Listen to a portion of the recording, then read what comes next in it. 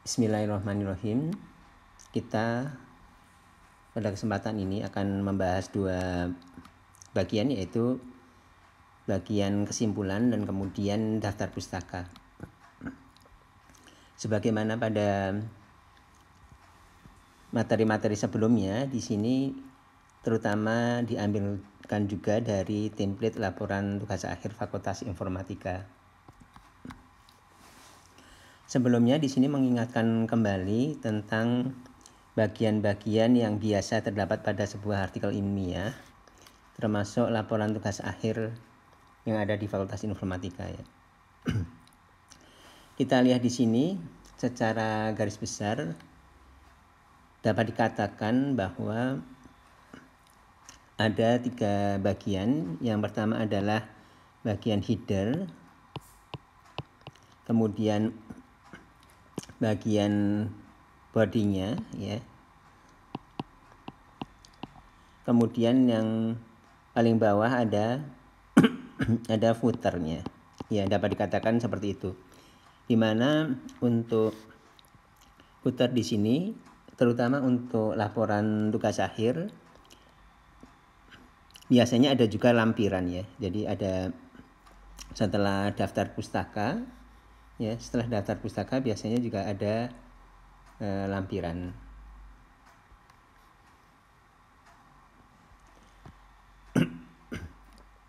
Di bagian kesimpulan ini ada 2 sub bagian, yaitu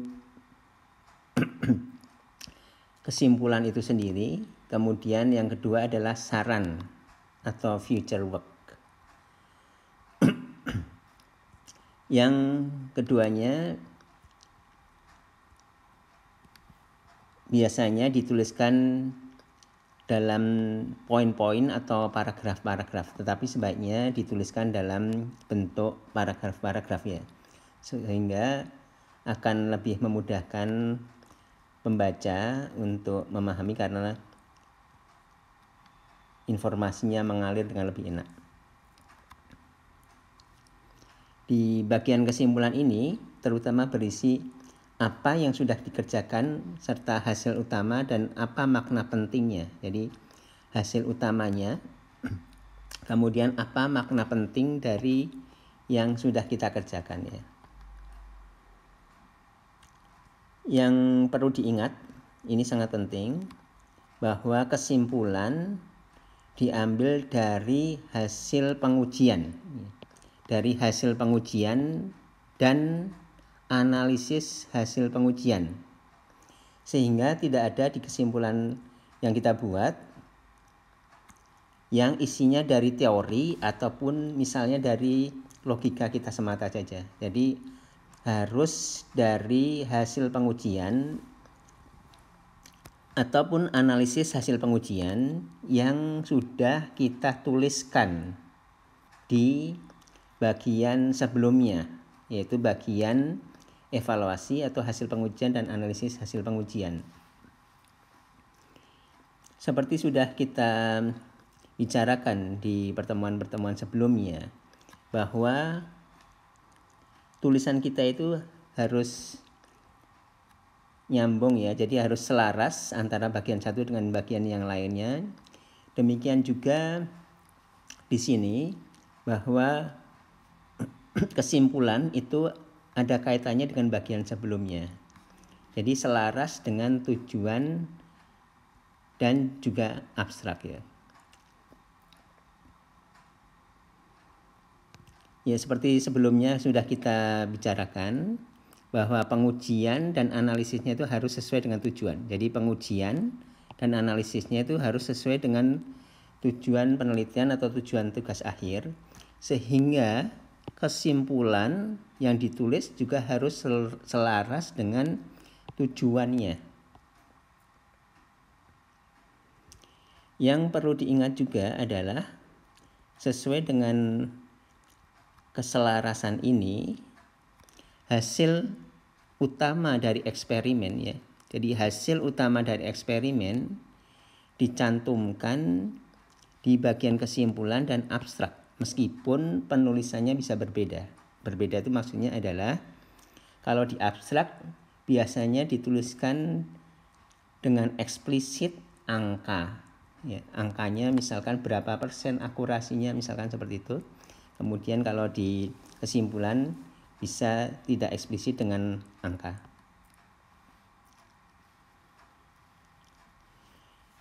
Berbeda dengan abstrak yang biasanya hanya menampilkan hasil utama eksperimen. Jadi misalkan menampilkan 1 atau 2 angka dari hasil eksperimen. Pada kesimpulan, di samping hasil utama eksperimen juga sebaiknya ada ditampilkan ringkasan analisis dari hasil eksperimen itu. Ya, jadi bukan hanya hasil utama eksperimen, tapi juga analisisnya di kesimpulan kita. Ini kita bisa lihat keselarasan antara tujuan penelitian, kemudian hasil pengujian dan analisis hasil pengujian dengan kesimpulan. Kita di sini membahas kesimpulan dulu. Kita lihat bahwa kesimpulan, baik itu misalkan kesimpulan yang nomor 1, kesimpulan yang nomor 2, ataupun kesimpulan yang nomor 3, semuanya harus berasal dari tulisan-tulisan yang sudah kita buat, atau lebih tepatnya lagi harus berasal dari hasil pengujian ataupun dari analisis hasil pengujian. Ya. Jadi kita harus membuat kesimpulan dari hasil pengujian atau analisis hasil pengujian. Hubungan antara tujuan, kemudian hasil pengujian atau analisis hasil pengujian, kemudian dengan kesimpulan itu bisa many to many.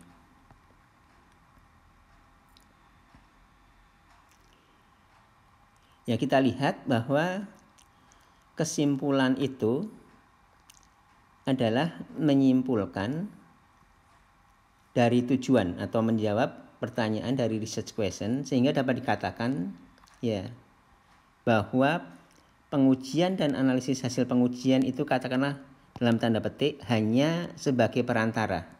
Ya. Ya, kalau analoginya tujuan adalah tugas atau dapat dikatakan pertanyaan atau research question. Sedangkan kesimpulan adalah hasil dari tugas atau jawaban atas research question.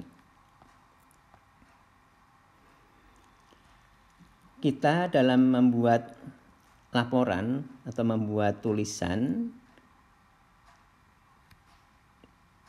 akan lebih bagus ya sebagai sarana latihan atau pendidikan dan juga membuat draftnya kalau kita dalam membuat draft itu memperlihatkan keterkaitan.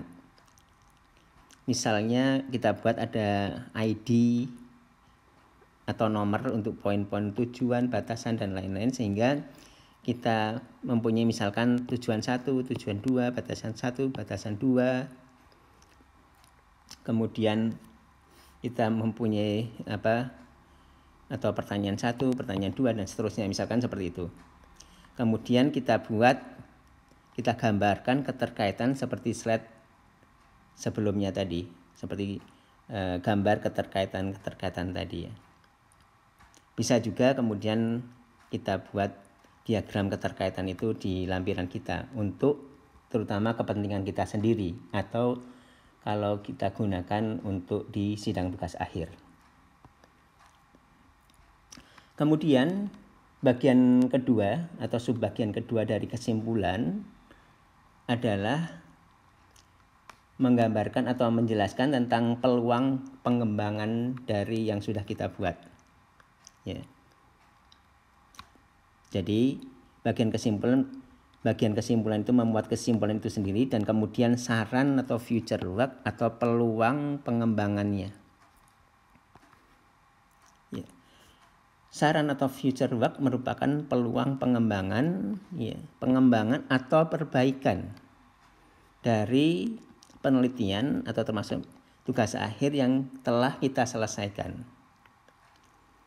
Yang perlu diingat bahwa saran berkaitan dengan batasan masalah yang kita sudah tetapkan. Kemudian bisa juga berkaitan dengan analisis hasil pengujian yang juga kita sudah buat di bagian sebelumnya. Saran dari batasan masalah misalnya dengan melonggarkan atau meniadakan batasan yang sudah kita tetapkan ya. Jadi melonggarkan atau meniadakan batasan yang ada yang sudah kita tetapkan, yang kita sudah sebut di awal tulisan kita di bagian pendahuluan. Contohnya misalkan ada batasan ya, atau batasan masalah yang sudah kita tetapkan, misalkan dari datasetnya. Misalkan di sini versi dataset parafrase yang digunakan adalah dataset yang kecil. Ini adalah batasannya yang kita gunakan, yang sudah kita tetapkan untuk penelitian kita. Maka pada saran kita tulis bahwa misalnya akan lebih efektif kalau menggunakan data yang lebih besar ya. Karena ya, misalnya dalam kasus ini database parafrase yang lebih besar berpeluang untuk mendukung mendapatkan performasi sistem yang lebih baik. Karena kita lihat misalnya pada penelitian-penelitian yang lain, basis data yang digunakan atau database yang digunakan pada parafrase ini biasanya lebih besar daripada yang kita gunakan. Ya, jadi kita buat batasan dan kemudian kita sarankan untuk penelitian yang berikutnya digunakan data yang lebih besar sesuai dengan biasanya penelitian-penelitian tentang pembangunan database parafrase ini misalnya. Kemudian juga saran bisa berasal dari analisis hasil pengujian.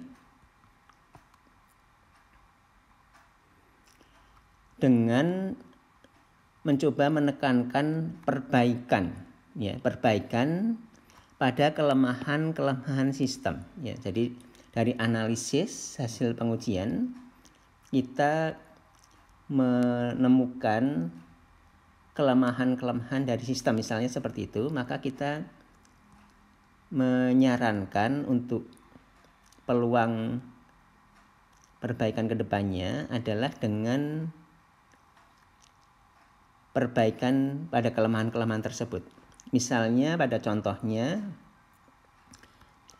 untuk ayat-ayat yang pendek. Misalkan contohnya data-data untuk kalimat-kalimat atau dalam hal ini misalkan ayat-ayat Al-Quran yang pendek, akurasi yang dihasilkan itu rendah dibandingkan dengan ayat-ayat yang panjang. Jadi ada ayat-ayat yang pendek, ada ayat yang panjang.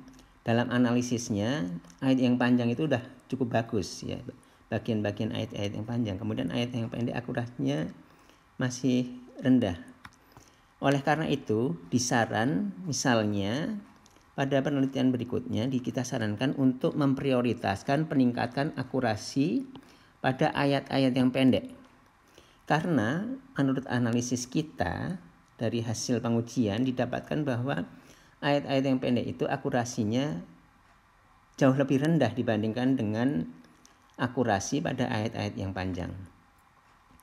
Contoh yang lain bisa juga saran adalah menggunakan versi yang lebih baru dibandingkan dengan versi yang digunakan. Untuk misalnya ada perangkat-perangkat atau tool-tool yang ada. Ini kita lihat keterkaitan, sekali lagi kita lihat diagram ini seperti kita sudah melihat untuk kesimpulan, sekarang kita melihat keterkaitan yang kemudian menghasilkan saran. Di sini misalkan ada saran 1, saran kedua, kita beri ID misalkan S1 dan S2. Jadi saran itu bisa berasal dari batasan, bisa juga saran itu berasal dari analisis hasil pengujian. Jadi akan bagus kalau kita membuat diagram keterkaitan seperti ini. Sekali lagi, hubungan keterkaitan itu bisa many to many. Ya, sama seperti yang sudah dinyatakan di slide sebelumnya tadi, bahwa akan lebih baik kalau kita membuat diagram dalam draft kita atau juga sebagai latihan antara saran dengan asal-usulnya dari mana. Apakah saran itu dari analisis hasil pengujian atau saran itu dari batasan masalah. Oke, untuk bagian kesimpulan seperti itu. Kemudian kita lanjutkan dengan bagian berikutnya, yaitu daftar pustaka. Yang pertama yang penting kita lakukan adalah pustaka-pustaka yang kita buat, kita pastikan penulisannya adalah standar. Kemudian juga konsisten, artinya standar itu dipilih apakah misalnya menggunakan style MLA atau APA atau Chicago atau yang lain. Kemudian semua pustaka kalau misalkan menggunakan MLA semua. Kalau menggunakan apa semua. Ya seperti itu. Jadi mesti standar, milih salah satu, kemudian konsisten. Semua harus sama, MLA semua atau apa semua atau yang lain. Ini contoh diambil dari Google Scholar yang nanti akan banyak kita gunakan. Ya. Kemudian di mata kuliah ini kita menggunakan LaTeX, dan untuk LaTeX, untuk referensi kita menggunakan apa yang disebut dengan BibTeX. Ya. Meskipun sudah tersedia, misalnya di Google Scholar, bagaimana BibTeX untuk sebuah pustaka, ataupun juga bagaimana kalau kita menggunakan Microsoft Word, sangat penting bahwa yang dihasilkan BibTeX dari Google Scholar atau yang lain itu dicek ulang. Ya. Jadi tidak tergantung 100% percaya atau kita pasrah saja bahwa sudah pasti benar, perlu dicek ulang. Meskipun katakanlah ya secara kasar misalnya katakanlah udah 90 atau 95% itu udah benar, tapi tetap saja yang kita ambil dari Google Scholar bisa saja sebenarnya masih ada kesalahan untuk BibTeX. Kemudian yang perlu kita ketahui juga perlu ada timbal balik antara referensi dan sitasi. Jadi semua pustaka yang disebutkan dalam teks ya, semua pustaka yang disebutkan dalam teks, artinya yang kita sitasi, harus ada di daftar pustaka. Demikian juga sebaliknya, pustaka-pustaka yang ada di daftar pustaka itu harus ada di sitasi yang ada di dalam teks. Dengan menggunakan LaTeX, timbal balik itu udah mudah dilakukan, itu udah otomatis ya. Jadi kalau kita membuat citasi dengan backslash site gitu, maka otomatis akan muncul di daftar pustaka. Jadi untuk LaTeX ini sesuatu hal yang mudah untuk prinsip timbal balik referensi sitasi ini. Kemudian kalau kita melakukan sitasi ya, atau kita mengacu ke sebuah konsep, maka diusahakan pustaka yang kita acu adalah tulisan yang awal atau tulisan yang asli tentang konsep tersebut, yang menuliskan konsep tersebut. sebisa mungkin jangan menggunakan tulisan ya. Ya, untuk beberapa kasus yang saya lihat mengacu ke misalkan bahkan ke tugas akhir mahasiswa S1 untuk sebuah konsep itu tidak boleh ya. Jadi untuk sebuah konsep kita mengacu paling tidak ke buku teks yang populer yang banyak diacu. Contohnya misalnya kita menggunakan algoritma Rapin-Card misalnya. Maka pustaka yang kita gunakan, yang kita acu adalah pustaka yang aslinya, yang mengemukakan algoritma tersebut. Meskipun di sini udah cukup lama ya, dari tahun 87, meskipun udah cukup lama, kita menggunakan pustaka yang aslinya. Kemudian kita membuat daftar pustaka, misalnya kita membuat draft dulu. Kita bisa menggunakan Google Scholar. Jadi salah satu yang saya rekomendasikan adalah menggunakan Google Scholar. Kita lihat, kita searching menggunakan Google Scholar. Kemudian kita klik site atau simbol dengan tanda petik yang besar. Ya, ini ya, simbol ini. Simbol. Kemudian kita akan lihat akan muncul di sini, kita tinggal copy aja. Jadi kalau kita membutuhkan teks aslinya atau teks untuk pustaka ini, kita bisa copy dari sini ya. Tetapi jika kita menggunakan LaTeX, kemudian kita perlu file BibTeX ya.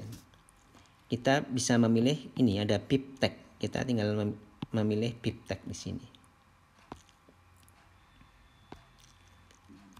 Selanjutnya kita lihat bahwa jenis pustaka itu ada macam-macam ya. Jadi di era digital sekarang ini, di era internet sekarang ini, di mana informasi itu sangat banyak, di mana pustaka itu sangat banyak, di mana jurnal, di mana konferensi sangat banyak, yang banyak diantaranya yang bagus, tapi tidak kalah banyaknya adalah informasi-informasi yang sebenarnya kurang baik atau bahkan kurang tepat, atau bahkan dapat dikatakan ya tidak sedikit yang keliru ya. Jadi kita harus memilih-milih informasi yang tepat. Oleh karena itu, hindari sebisa mungkin sumber yang tidak direview dengan ketat, seperti misalkan Wikipedia, blog, atau materi kuliah. Ini untuk pencantuman di daftar pustaka. Meskipun materi-materi tersebut yang pada Wikipedia, blog, materi kuliah, dan lain-lain itu sangat bermanfaat bagi kita untuk membantu kita memahami topik yang kita kerjakan ya. Namun topik-topik itu biasanya tidak bisa digunakan sebagai daftar pustaka atau referensi, namun sebagai apa yang disebut dengan bibliografi ya. Ya, jadi di tulisan kita ada daftar pustaka, pustaka-pustaka di situ kita ambil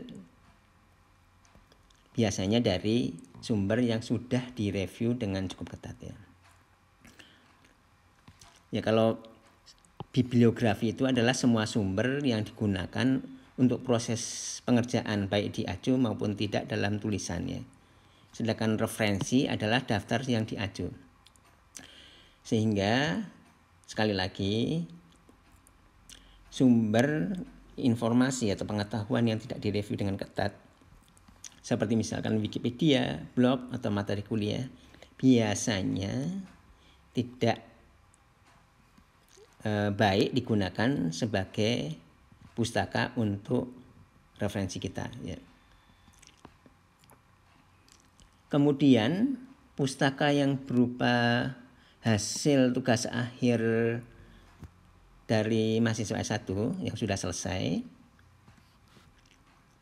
sebaiknya tidak dipakai kecuali untuk topik-topik yang spesifik, misalkan database yang dibangun itu spesifik, ya spesifik misalkan berkaitan dengan bahasa Indonesia atau data yang berkaitan dengan misalkan di lingkungan kita, di lingkungan di Bandung atau di kampus atau apa yang spesifik. Jadi yang diambil, yang diacu adalah datanya, atau kalau tidak data adalah kasus, biasanya seperti itu.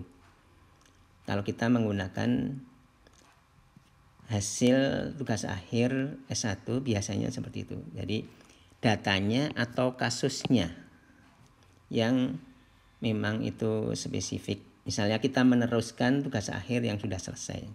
Ya, saya kira seperti itu untuk bahasan kita. Terima kasih.